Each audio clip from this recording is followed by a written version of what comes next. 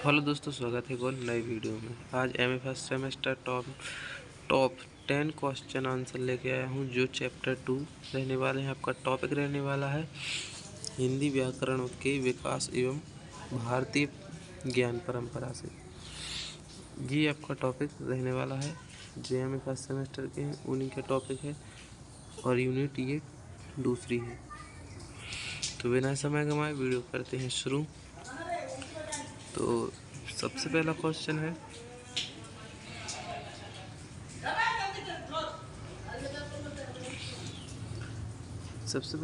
व्याकरण शब्द का अर्थ स्पष्ट कीजिए। यहाँ पे व्याकरण जो भी मैं क्वेश्चन आंसर बता रहा हूँ वो आपके इस साल ये क्वेश्चन आंसर आपने देख लिए इस टॉपिक से, तो आपका कोई बाहर से नहीं आने वाले हैं। तो वीडियो को लास्ट तक पूरा वॉच जरूर कीजिएगा।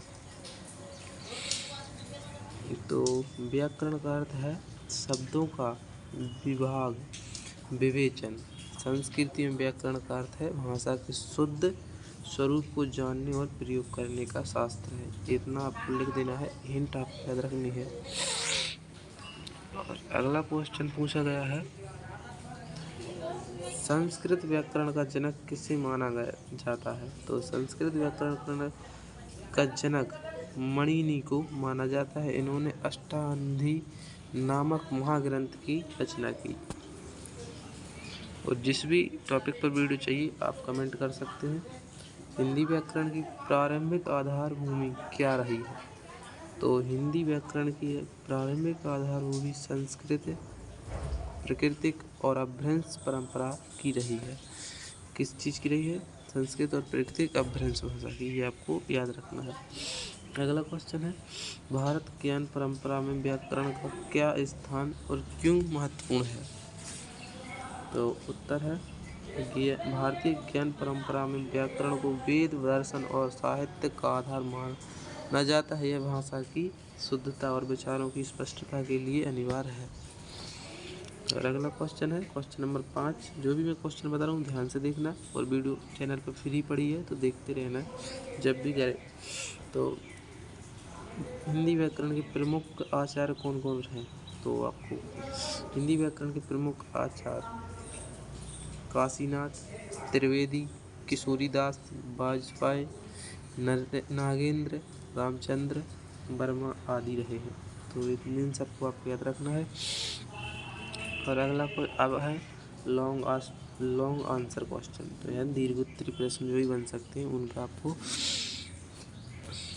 लॉन्ग में आंसर उत्तर देना है। तो सबसे पहला क्वेश्चन है, हिंदी व्याकरण के विकास की संक्षिप्त में व्याख्या कीजिए। ये क्वेश्चन पूछा ही जाता है। तो हिंदी व्याकरण के विकास कई चरणों में हुए हैं। तो यहाँ पे जो चरण मैं बता रहा हूँ वो आपको ध्यान से रखना है। तो सबसे पहला चरण है संस्कृत काल। तो संस्कृत काल में महान व्याकरणाचार्य मणिनि ने अष्टावधी की रचना की। इनके बाद पतंजलि, कात्यायन आदि ने परंपरा को आगे बढ़ाया। और अगला चरण है चरण दूसरा, प्रकृति और अपभ्रंश काल। जो ऊपर बताया था वही है। संस्कृति से प्रकृति के और अपभ्रंश से भाषा निकली।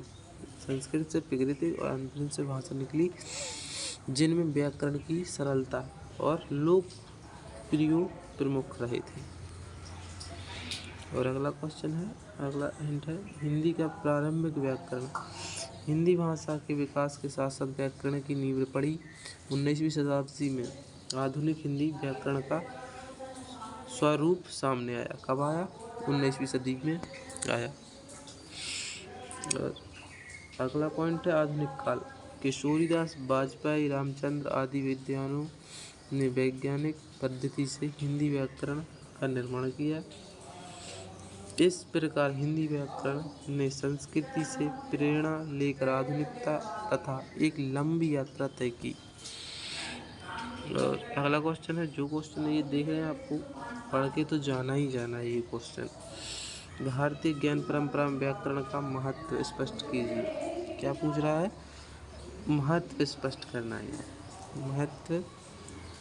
तो भारतीय ज्ञान परंपरा में व्याकरण को वेदांग माना जाता है। क्या माना जाता है? वेदांग माना जाता है। इसका महत्व इस प्रकार है,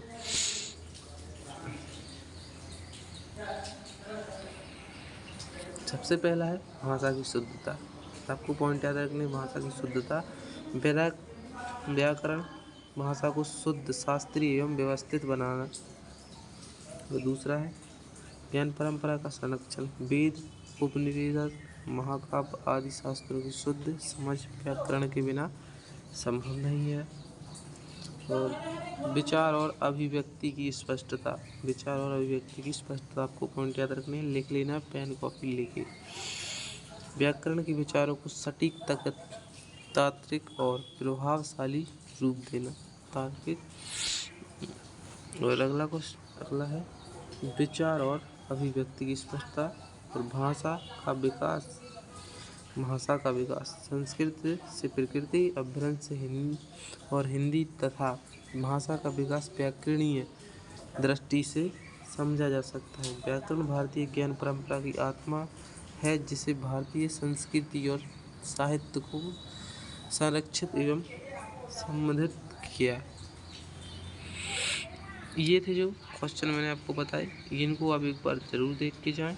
ये क्वेश्चन बन सकते हैं इस टॉपिक से, और चैप्टर वाइज आपको वीडियो मिलती रहेगी। जिस भी टॉपिक पर वीडियो चाहिए तो कमेंट कर सकते हैं आप लोग, और लाइक, सब्सक्राइब भाई को ज़रूर करें।